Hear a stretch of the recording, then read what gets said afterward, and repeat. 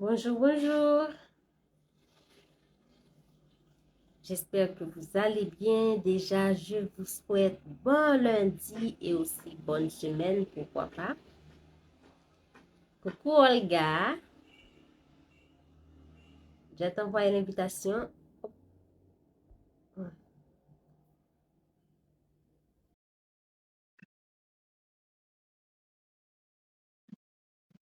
Je t'envoie une invitation, Olga. Ok. Yes. Tu me vois? Oui, Waouh! j'ai Quel, bon- prié. quel bonheur! Et bonjour Oui. Kélia. Bonjour à toi, Olga. Comment tu vas? Oui, je vais très bien. Merci de m'avoir invitée. Merci d'avoir accepté. Tu es resplendissante. Merci. C'est ta création? Non, mais je peux. C'est facile. Waouh! Il faut juste des anneaux de jonction, donc c'est facile à faire. Ok. Ouais. J'ai une nouvelle collection qui sortira ce mois-ci. Ok, ok, super. Coucou Jeff. Bonjour Jeff. Partager le live à tes amis, comme ça on aura beaucoup plus de monde sur le live. Donc c'est un sujet très important. Je rencontre assez souvent en coaching, donc du coup je me suis dit, wow, pourquoi ne pas faire un live là-dessus? Du coup, j'ai pensé à Olga. J'ai dit, wow, ce live-là, ça c'est pour Olga. Euh, Kélia, quel titre tu pourrais donner à ce live-là? Un titre principal? À part comment surmonter les défis de la vie, Oui, un seul mot si tu devais donner un mot. patience. Parce que je pense que tout défi demande de la patience parce que sinon on va se plaindre, on va se décourager, du coup on va abandonner. Ok. Donc toi, ça serait patience. Ouais. Et toi? Ça serait expérience. Parce que c'est expérience. Oui. Oui. Oui. Parce que je pense, tu sais, j'étais au début, avant que je découvre le développement personnel, le coaching, avant que je fasse tout un parcours qui je me sentais victime. J'étais pas contente de ce que l'univers, Dieu, comme on veut, envoie sur mon chemin, tu sais.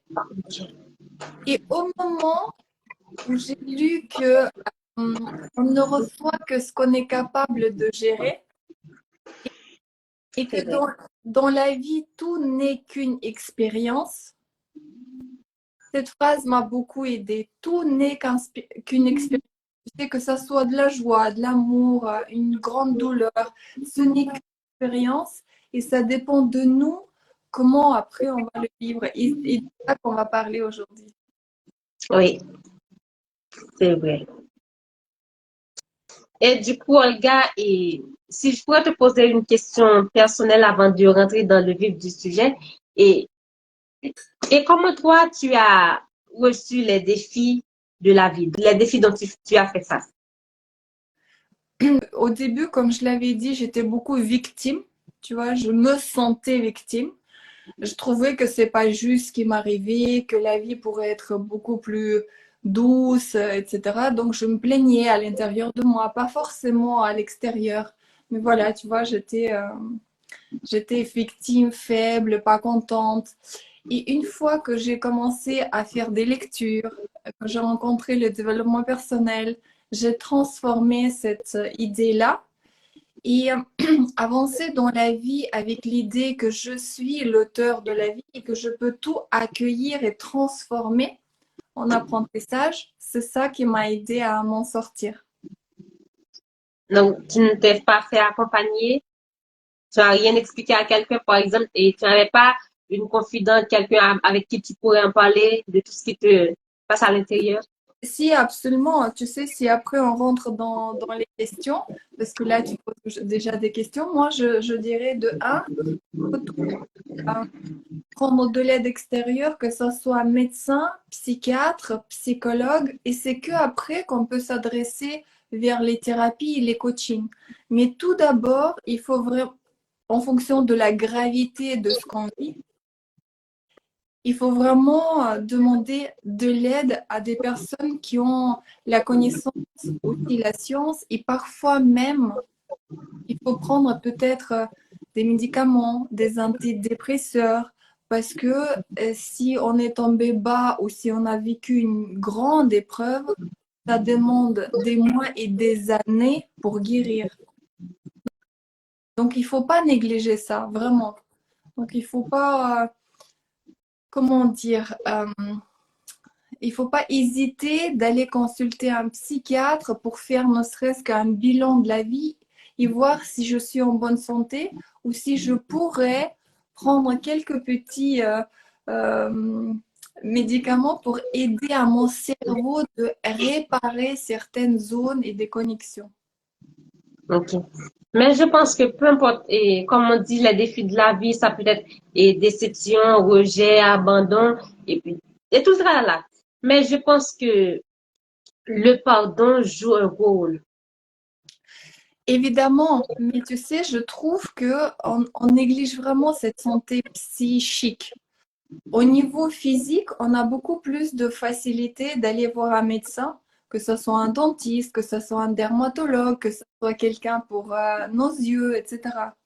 Mais au niveau de la psyché, c'est tellement fin qu'on ne connaît pas la frontière entre quand est-ce que je peux juste parler du pardon et m'en sortir et quand est-ce qu'il faut quand même que j'aille consulter. Parce que tu sais, en fonction de notre psyché, il y a des personnes qui sont solides et qui peuvent accuser beaucoup de coups, comme on dit, tu vois, et s'en sortir, avoir cette résilience, le pardon, etc. Mais si notre psyché est sensible, et c'est lié à notre éducation, Kenya, parce Oui. il est dit que 90% de familles sont toxiques. Il est dit que seulement 10% de la population est à peu près en bonne santé et après, il y a des différents stades où c'est des névroses, où il y a d'autres que c'est pire. Donc, imagine, une personne sur 10 serait vraiment pas très bien en elle-même, t'imagines? Donc, si on est fragilisé par une éducation où il y avait peut-être de l'abandon, où il y avait des critiques, où on n'a pas reçu de l'amour et de la protection, on aura la difficulté d'accueillir la vie avec ses aléas. Ok. Et comment quelqu'un peut-il cultiver la résilience face aux défis de la vie ou aux épreuves de la vie? Alors, pour répondre à cette question-là, je me suis intéressée à ce que c'est ou l'origine de l'usage du terme résilience, tu sais. Qu'est-ce que Ok. c'est?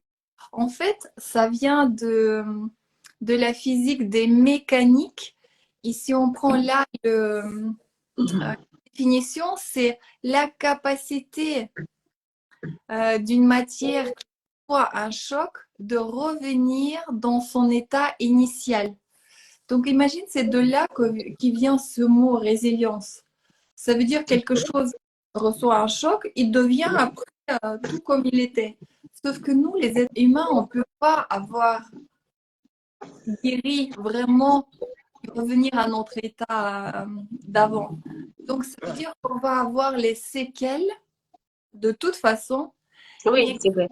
mais grâce à ces séquelles, on peut transformer notre vie uniquement si on va tirer une leçon d'un apprentissage. Intéressant. Très intéressant. Mais au niveau de notre état, nous garderons toujours la mémoire de ce qui s'est passé. Oui, c'est important, mais OK. Il y a deux choses là-dessus. Par exemple, c'est vrai qu'on gardera à mémoire. Mais la deuxième chose, c'est le pardon, parce que moi, je dis toujours le pardon joue un rôle. Que ce soit, je pardonne à la personne, par exemple, tu me fais quelque chose ou peu importe, et la chose, je te pardonne, ou à moi. Ça peut arriver, je pardonne à Olga, mais si je ne me pardonne pas, et le travail n'est pas encore fini. Donc, pour que le travail soit au complet, je dois d'abord me pardonner et après pardonner à Olga. Donc, je pense que peu importe et pour le travail de la guérison, je pense que le pardon joue un gros rôle. Évidemment, c'est absolument, c'est oui, oui, oui. Oui, le C'est oui. pardon joue un rôle très gros. Donc, j'avais écrit les questions pour toi, Olga. Je me suis préparée à notre entretien. J'ai mes questions. Ok, c'est très bien, j'adore. Tu es Super très sérieux. surprenante. C'est très, très sérieux. Ok. Quelles stratégies peuvent aider à maintenir une perspective positive dans les moments difficiles? C'est la question numéro combien? Ok. C'est la question numéro combien? Numéro 2. Yes. Donc, comme j'ai déjà évoqué, il est vraiment très, très important de tirer une leçon. Tu vois, de comprendre à la fois pourquoi telle et telle chose m'est arrivée à moi et qu'est-ce que d'important je peux prendre de cette leçon-là. Par exemple, il m'arrive un coup dur, je vais m'opposer et dire, OK, qu'est-ce que j'aurais pu euh, répondre à cette personne-là? Comment j'ai pu agir à ce moment-là? Qu'est-ce que, au niveau émotionnel, je peux aller travailler davantage pour ne pas retomber dans ce genre de questions? Donc voilà, pour moi, c'est tirer une leçon, revoir la situation. Ce qui est encore mieux, c'est de l'écrire dans un journal. Comme Oui, ça, on va vraiment extérioriser. oui, Et après, il ne faut pas rester sur un processus mental. Il est absolument important d'agir. Ne pas s'arrêter sur une situation parce que sinon on va tourner en rond. Mais agir, pour moi, ça va être peut-être dans ce sens ou comme ça, dans ce sens-là. Ça veut dire quoi agir? Dans la vie, il est important, comme tu le sais, de se poser des objectifs. oui, Et plus très je important. Exact. Et plus je vais agir dans la ligne du temps, là on imagine la ligne du temps, à partir de cet événement, je vais tous les jours agir, je vais faire une nouvelle action, je vais prendre soin de moi, je vais aider quelqu'un, je vais agir, agir, agir. Et plus je vais aller vers l'objectif qui est grand, qui me fait plaisir, et du coup, plus je vais vraiment pouvoir recycler à l'intérieur de moi la douleur que j'ai vécue parce que je vais cumuler plein d'expériences magnifiques. Je vais être riche de tout ça. Et cet événement-là va devenir petit et au final va être vraiment recyclé par mon système nerveux.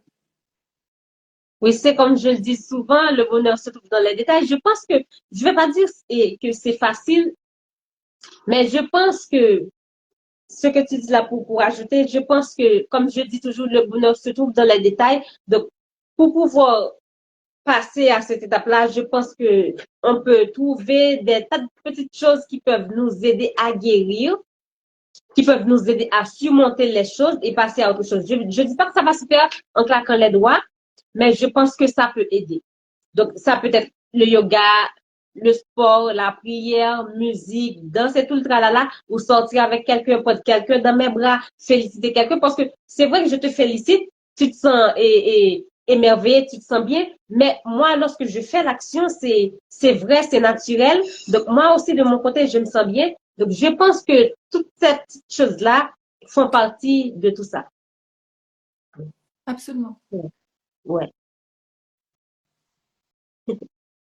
Donc, le bonheur, c'est partout. La guérison, c'est pas facile parce que je le dis toujours, la guérison fait mal.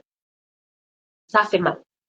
On va dire que comment ça, si je suis en train de guérir, comment la guérison peut faire mal? Oui, la guérison fait mal parce que quand tu es en train de guérir, c'est là maintenant la guérison va faire mal. C'est comme par exemple quelqu'un qui a le cancer. OK, je viens de me faire opérer du cancer. OK, avant, je sentais rien. On m'a diagnostiqué, OK, voilà, madame, vous avez le cancer. Il n'y a aucun problème. Et on m'a opéré tout le tralala. Mais quand je suis en train de guérir du cancer, c'est là que je vais souffrir, c'est là que ça va faire mal. Donc, la guérison, ça fait mal. C'est pas, et ça va pas se faire du jour au lendemain, comme ça, et puis voilà, avec une baguette magique, je sens rien. Mais c'est un processus. Donc, c'est quand même pour la résilience, pour le pardon, guérir quelque chose, peu importe, et votre enfant intérieur et tout ça là, c'est un processus. Ça va être un bon résultat, mais ça va faire mal. Mais comme on dit toujours, c'est pour le bien. Ouais.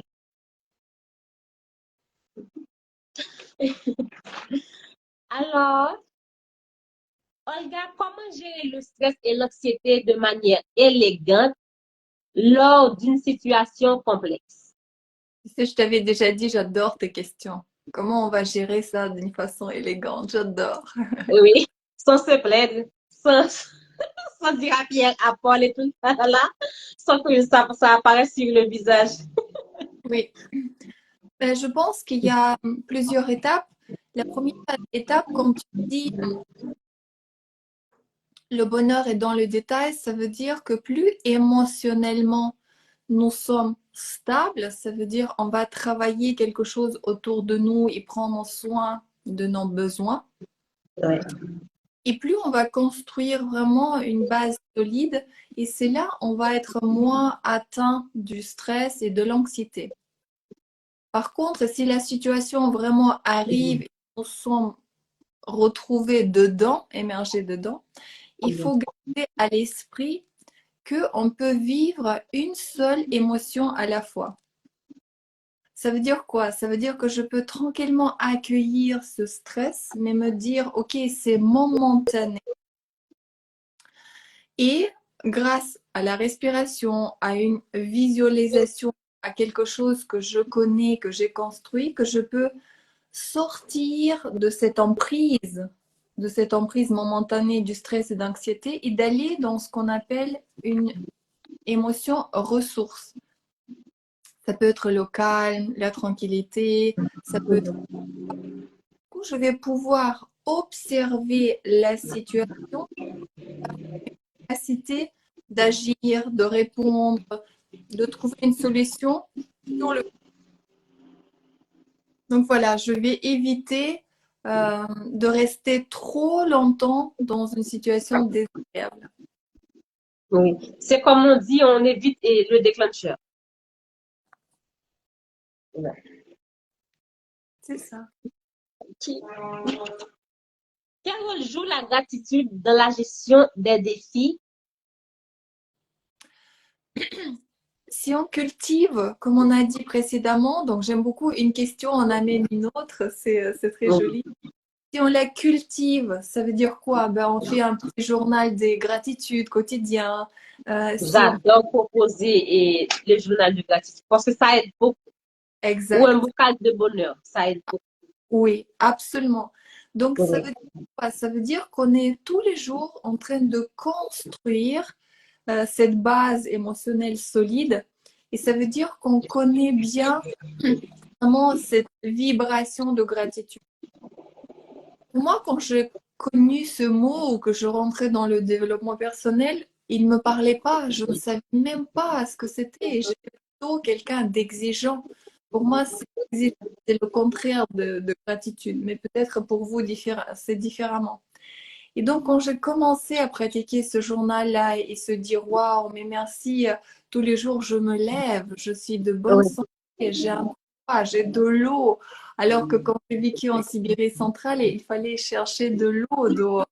On n'avait pas tout le confort. Donc, quand j'ai pris conscience de ce que c'est ce mot-là, ben, je me suis sentie comme transie de cette émotion. Et si on revient précisément à ta question, c'est cette sensation, cette émotion de gratitude, elle permet vraiment de, presque, je dirais, voler les obstacles de la vie.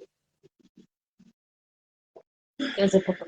En plus, pratiquer la gratitude, c'est quelque chose que j'ai remarqué personnellement et je pose toujours ça dans mes vidéos en coaching et tout ça. Là, tu te sens léger.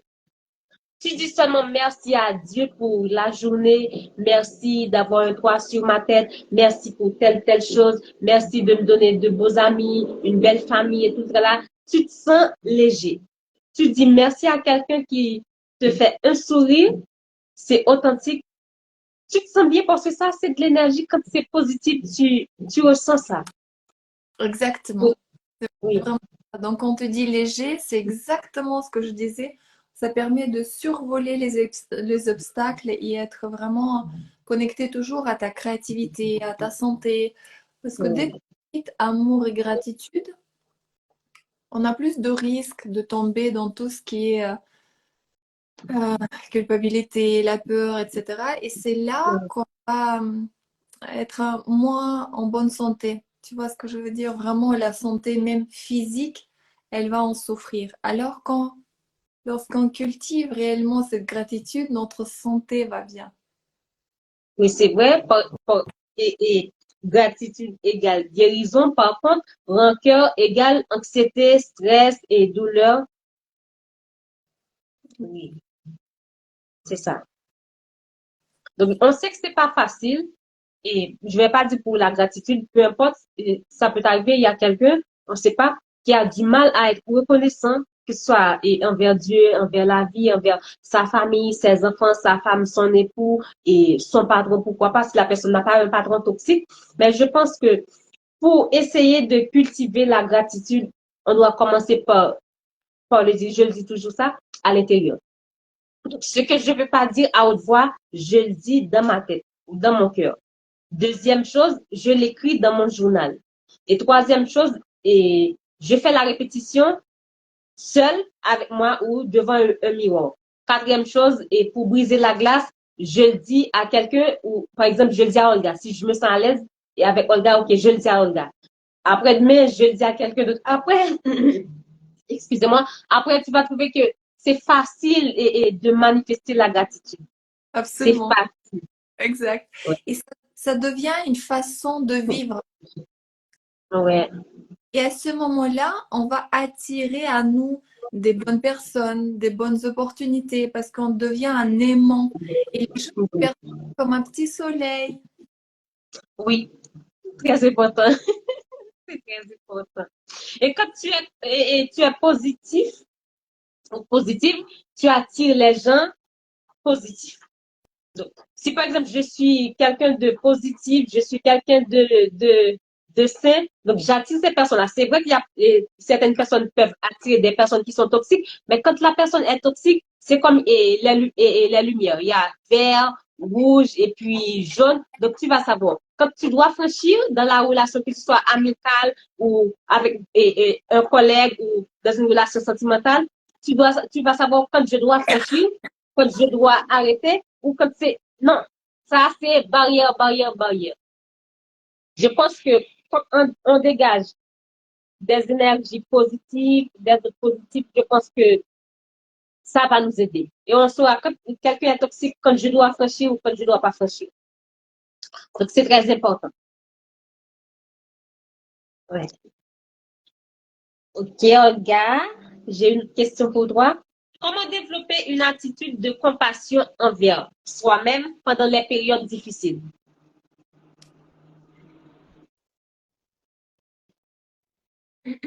Je pense que ce qui est très, très important, c'est aussi un socle de notre personnalité, c'est de cultiver nos qualités.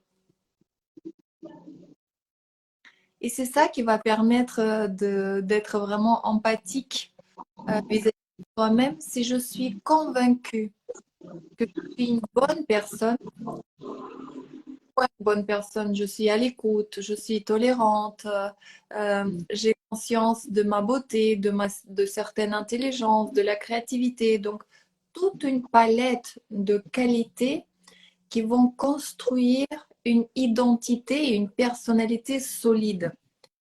Et c'est aussi grâce à ça que je vais me sentir comme un peu un super-héros, tu sais, un peu solide avec ma cape. Et je pourrais traverser des situations et des difficultés en ayant en ayant gardé, tu sais, ma dignité, ma personnalité, ma fierté. Donc, voici comment moi je vois ça. Et évidemment, lorsqu'on flanchit, donc lorsqu'on a des doutes sur soi-même, c'est toujours avoir à côté de nous une personne 100% bienveillante. Et dans le cas où on oublie qu'on est vraiment cette belle, bonne personne, on peut dire, écoute, là, j'ai un doute sur moi, il m'arrive quelque chose. Donc, avoir la personne qui va nous consoler. Oui, et je pense aussi que c'est important de ne pas se mettre, pas seulement en couple, mais de ne pas côtoyer des personnes qui sont toxiques ou des personnes qui seront toujours là à te rappeler tes erreurs. Donc, je pense que si je veux être compatissante envers moi-même, donc je dois éviter des personnes qui sont là à pointer du doigt sur ce que j'avais fait de mal ou, ok, c'est toi, tu as tort, si tu es dans ce problème-là, c'est de ta faute, voilà, tu devrais faire ci. Parce que là, en ce moment, c'est pas ce que j'ai envie d'entendre. Je prends déjà conscience que je ne devrais pas faire telle ou telle chose. Maintenant, là, au lieu de me supporter, de m'encourager, de me booster, là, tu me glisses vers le bas, donc c'est pas bien. Je pense aussi que c'est important si je veux être compatissant envers moi-même. Je pense que c'est important de sélectionner les personnes avec qui je dois partager mes problèmes. Je pense que c'est important. Absolument, c'est vital même. C'est très, Oui, très vital. parce que ces personnes-là ne doivent pas être dans le jugement avec moi. Le non-jugement, c'est mieux dans cette situation-là. Absolument. Voilà. Euh, Coucou les amis, j'espère que vous allez bien. En fait, on vient de mettre fin au live, malheureusement parce que d'un coup, Instagram nous a déconnectés. Du coup, on n'a pas pu terminer le live. J'ai pas pu terminer avec les questions que j'avais préparées pour Olga. Donc, du coup, le live s'est arrêté. Donc, quand même, on tenait à vous publier le live et j'espère que ça va vous aider. Donc sinon, on pourra toujours parler de ce thème en janvier prochain. J'espère que ça va vous aider. N'hésitez pas de poser vos questions en commentaire et on vous dit à la prochaine. Bye bye.